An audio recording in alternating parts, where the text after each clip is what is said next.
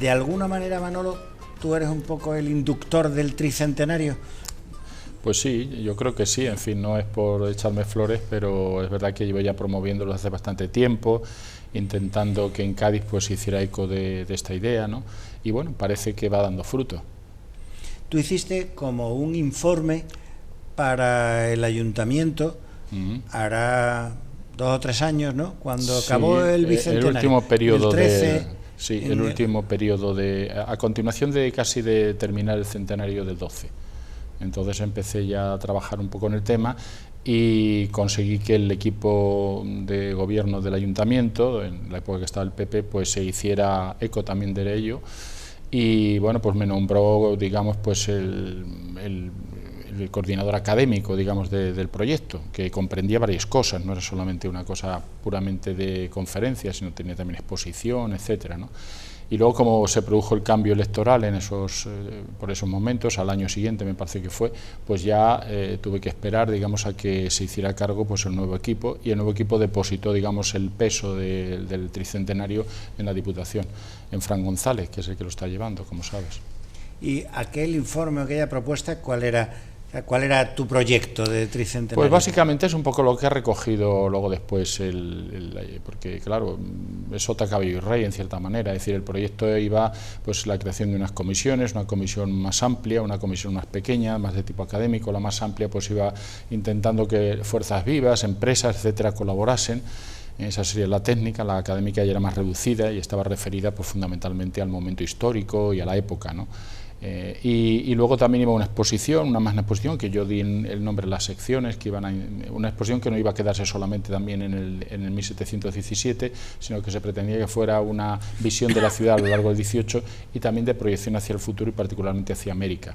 Entonces iba también pues junto con eso. Y luego también había previsto pues algunas publicaciones, en fin, más o menos lo que se va a hacer. Hombre, se han cambiado cosas, evidentemente, no es exactamente el mismo proyecto, pero en el fondo, es decir, lo que es en sustancia es lo mismo, ¿no? Ampliado bastante, ¿no? ¿Y tú ahora participas también en alguna, o si la Diputación, quien sea, se ha puesto en contacto contigo para recoger en todo, en parte, esas ideas? ¿Cómo es tu relación con...? La Diputación se puso ya en contacto conmigo ya hace tiempo, y bueno, pues para hablarme de la idea, en fin, de que yo quería que colaborase con ella. Bueno, la verdad es que hubo digamos, desde el primer momento, en este caso con Fran González, pues hubo un entente muy cordial y que ha seguido y sigue hasta ahora. Y bueno, ellos se hicieron eco, ya digo, también al igual que el equipo anterior del tema, y yo estoy colaborando, no digamos directamente todavía, pero sí, digamos, cada vez que se organiza alguna cosa, algún evento, lo que sea, pues yo acudo a él y de alguna forma pues estoy detrás de los asuntos que se van organizando, aunque no sea el implicado directo, ¿no? ¿Y cómo enjuicias la marcha del proceso este? O sea, yo he visto un par de cosas hasta la fecha, digamos que públicamente, ¿no? Que hubo una firma de un convenio donde muchas administraciones se acordaban un poco coordinarse y concertarse. No había compromisos presupuestarios, sino que el acuerdo que participaba Gobierno de España, la Junta, la Diputación, Ayuntamiento y tal, y acordaba un poco coordinarse. Y luego hubo otra firma de otro, no sé si llamarle acuerdo, convenio o algo así, donde un grupo de unas 40 entidades y empresas que también se sumaban, es decir, son las dos cosas que yo he visto. Lo que no sé decirte más es qué cosas se están preparando. No sé, que he visto esos dos eventos. Vi muy activa Belén González Dorao, que Torre Tavira ha sido quizá con el Ateneo, a lo mejor las dos primeras entidades que han empezado a trabajar más y a hacer más cosas, sin esperar la llegada del maná público. Y no sé si tú tienes más información, sí, más conocimiento. Sí, mira, efectivamente, como tú dices, se hicieron 2 firmas de convenios, una que fue con las entidades públicas, que fue la primera que se hizo en Diputación, con toda solemnidad, aparato informativo, la presencia de la presidenta de Diputación. Y luego una segunda que se ha hecho más recientemente, que ha sido ya con esas entidades privadas a las que te has referido tú, con alguna pública también, porque nosotros estábamos también en esa reunión, siendo la Academia Hispanoamericana, que somos una entidad pública, no somos una entidad privada, ¿no? Bueno, pues se hizo esa segunda firma, ¿no? Bien, entonces digamos que el tema está bien encauzado. O sea, ¿por qué digo que está bien encauzado? Bueno, porque estamos coordinados. Eso es importante porque parece ser, yo eso no lo viví tan de cerca, que en el centenario del 12, pues fue un poco cada administración un poco por su lado. Aquí nos hemos puesto todos bajo el paraguas de Diputación e incluso las instituciones privadas a las que nos hemos referido, pues digamos que aunque ellas están actuando, están trabajando, el propio Ateneo ya de hace tiempo, sin embargo también aceptan la coordinación, el logotipo, todo lo que se refiere a la ordenación que hace la Diputación. ¿Cuál es el problema que tenemos? El problema es que, bueno, hay muchas actividades, eso está bien, pero vamos muy lentos, muy mal de tiempo, muy mal de tiempo. Estamos ya, como ves, casi en el mes de noviembre y todavía, digamos, lo que hay puesto sobre el tapete, que se sepa públicamente, pues son las actividades que se van a realizar, que ha propuesto cada entidad, eso sí está recogido, los convenios firmados, como se ha dicho, pero todavía no sabemos el presupuesto que vamos a contar, no sabemos de todas esas actividades cuándo se van a realizar, no sabemos el calendario de esas actividades y eso pues sería importante que se pusiera ya en marcha, porque el tiempo apremia. Pues la fecha era el 12 de mayo, el 12 de mayo momento. Es el día grande, digamos, por así decirlo. Entonces, digo yo, aunque no sé, como tampoco yo sé, no sé si es que se pretende que durante todo el año que viene sea el año del tricentenario o se pretende que a partir del 12 de mayo hasta el 12 de mayo siguiente, digo por la premura de tiempo, ¿no? Como yo también observo que, vamos, para organizar cosas grandes, ¿no? Es decir, organizar una conferencia en una entidad es relativamente fácil, ¿no? Hacer una exposición que tenga unos fondos de mucho calibre que pertenezcan a museos o entidades, eso es muy lento porque hay que pedir permisos, hay que hacer seguros organizar transportes con un medio de transporte que no vale cualquier cosa, no vale seguro, tiene que ser. Entonces todo eso es de una extraordinaria complejidad, ¿no? Y veo como tú que no sé. Eso ya te digo que va muy lento, es decir, que las propuestas son muy grandes. No hay, la idea yo creo que es, ya digo que públicamente no se ha hecho, o sea, no se ha hecho público todavía, la idea es hacer el recorrido a lo largo de todo el año, es decir, todo el año del tricentenario, aunque luego se concentren quizá más actividades en el mes de mayo, pero es hacerlo pues prácticamente desde enero pues hasta el final, ¿no? Y distribuyendo las actividades a lo largo del periodo. Pero ya digo que todo esto está, pues, en fin, un poco en la Diputación. Todavía no ha hecho público, en fin, las comisiones, quién va a ser los coordinadores de las comisiones, tanto la técnica como la científica o académica, para ir distribuyendo en el calendario pues las actividades que se van a hacer, para ir seleccionando también actividades, porque todas no se podrán realizar, probablemente, teniendo en cuenta que los límites presupuestarios pues están ahí, ¿no? No sabemos cuánto se va a dar, cuál va a ser la cifra, pero seguramente pues haya que recortar, ¿no? Evidentemente, y eso no lo sabemos todavía. Luego he leído de Fran González, que parece un poco que es el coordinador político y tal, ¿no? Que pretendía que, digamos, los dos paraguas bajo los cuales, o los dos ítems o los dos temas sobre los cuales se desarrollara todo es el comercio y la navegación. Bueno, eso va a ser el eje central, evidentemente, porque no cabe duda que este es un acontecimiento de tipo fundamentalmente económico, con repercusiones en otros ámbitos. Lo de 1717 repercutió también pues, en el campo de la cultura, el campo, por supuesto, del empleo, el campo de la sociedad, en todos los terrenos, ¿no? Pero el elemento articulador, efectivamente, son el comercio y la navegación, en eso es cierto, ¿no? Y yo creo que ahí, sobre eso, a partir de ahí hay que montar todo, pero no quiere decir que nos limitemos a eso. Yo creo que no es necesario solamente hablar de esos temas, sino que se pueden hablar de muchos más temas.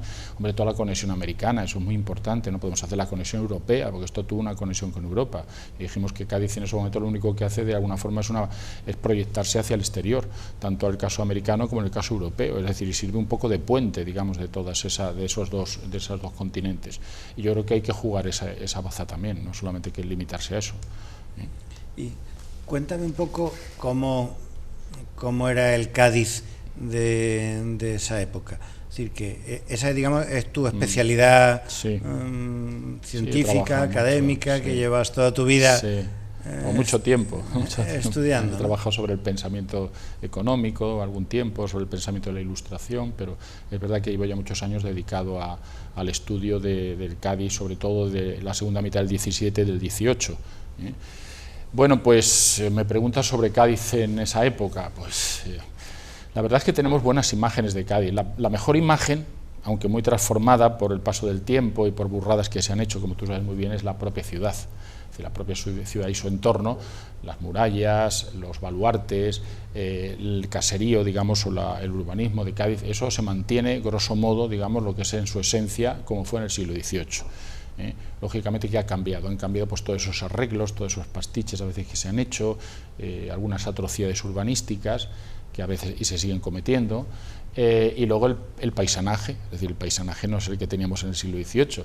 El paisanaje del siglo XVIII, pues un paisanaje, había de todo, evidentemente, no podemos decir que solo todo el mundo era rico, pero sí digamos que era un nivel económico y un nivel social importante de un sector de la población grande.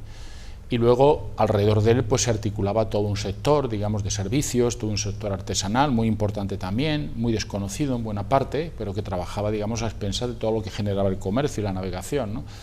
Y luego había, lógicamente, el sector siempre de bolsas de marginación, que existe en toda ciudad, bueno, pero que de alguna forma también a veces se nutría pues, de oficios así un poco periféricos, oficios muy secundarios. Bien, lo que marca más la realidad de Cádiz del 18, yo pienso que es sobre todo, bueno, el movimiento portuario, todo lo que se genera en torno al movimiento portuario y lo que se genera en torno a las casas de comercio.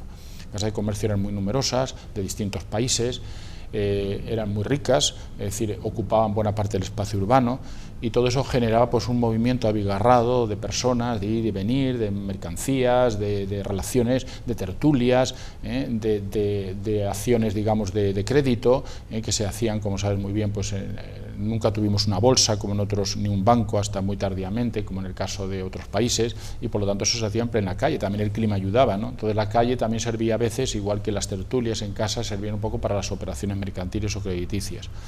Y luego ese pintoresquismo que tiene pues el número de países representados, en la población flotante. No olvidemos que había una población flotante importante, no toda la gente residía toda su vida en Cádiz o una buena parte de su vida, sino que estaban temporalmente unos años y luego regresaban a su país o se iban en los barcos, es decir, estaban el tiempo de estadía del barco en la bahía, pero luego después se marchaban.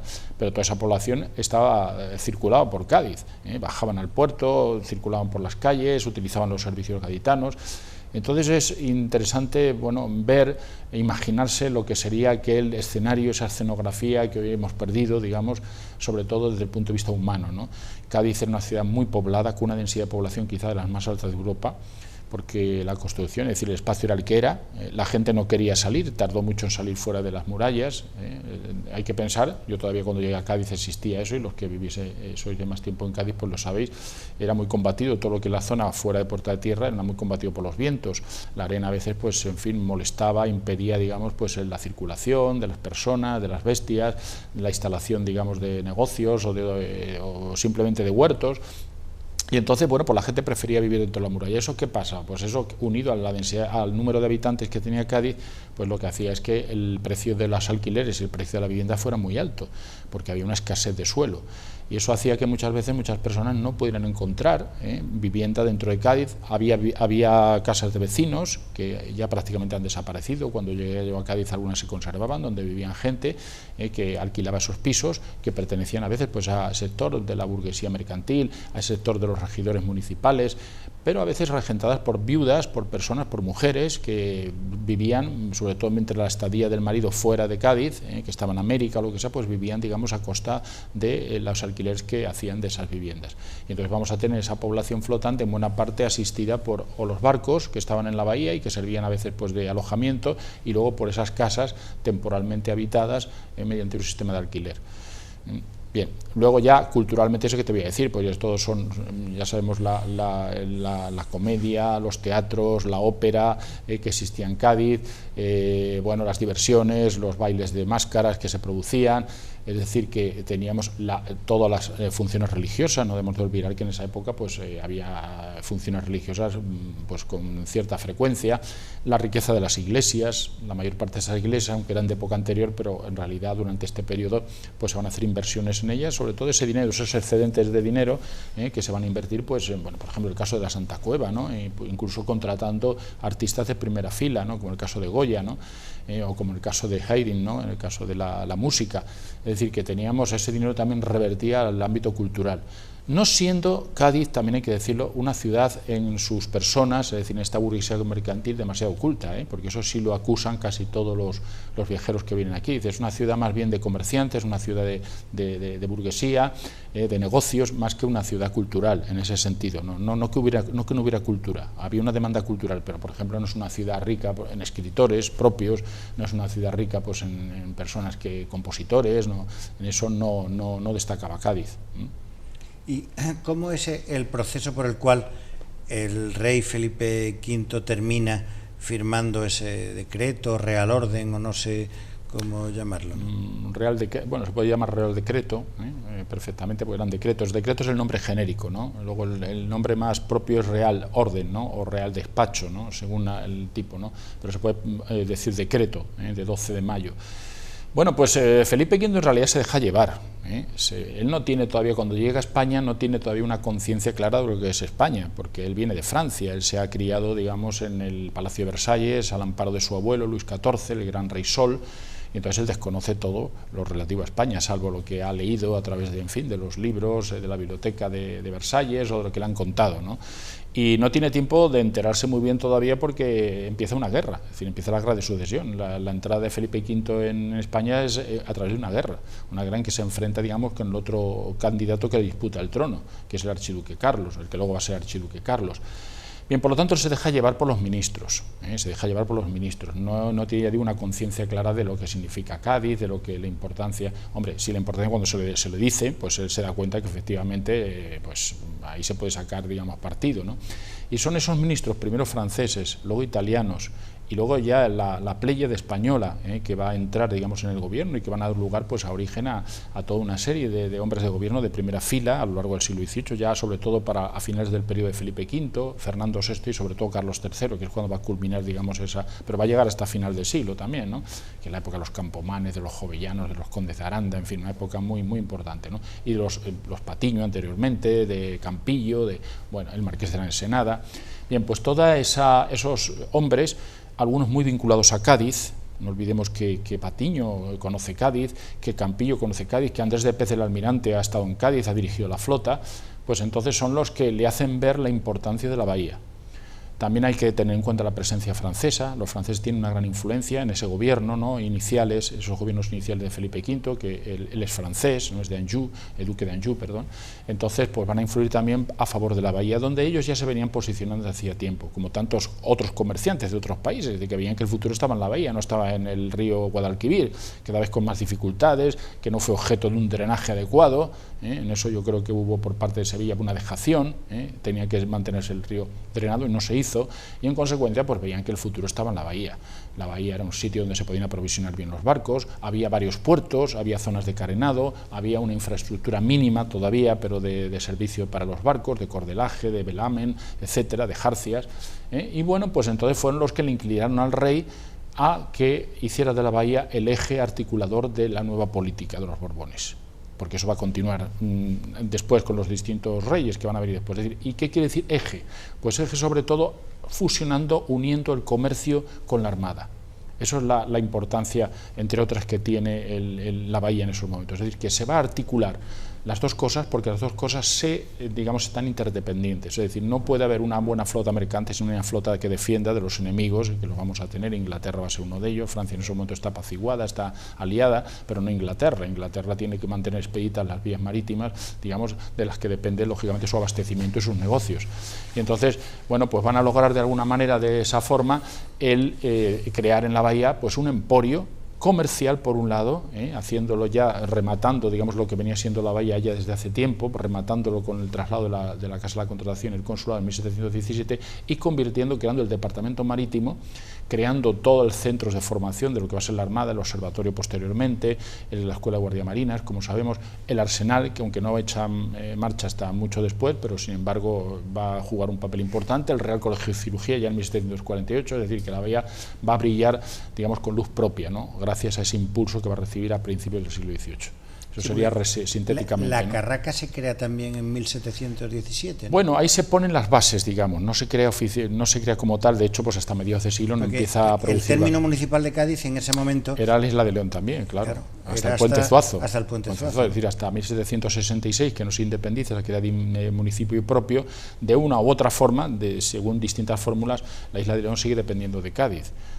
Y bueno, cuando se independiza de Cádiz, de la Isla de León, pues bueno, lo hace con cierto gran recelo de los municipios de Cádiz, que veían que se le escapaba pues una pieza importante, digamos, de un territorio que era escaso. El territorio de Cádiz siempre ha sido escaso, lo es ahora y lo fue ya en esta época, en el siglo XVIII, incluso cuando tenía San Fernando, porque claro, eso es un límite que cualquier, por ejemplo, Jerez lo tiene triplicado, ya lo tenía triplicado en esa época, es un espacio pequeño, ¿no? Y bueno, si encima se le marcha una parte se le secciona una parte de su territorio, pues claro, eso hacía mucha pupa, ¿no?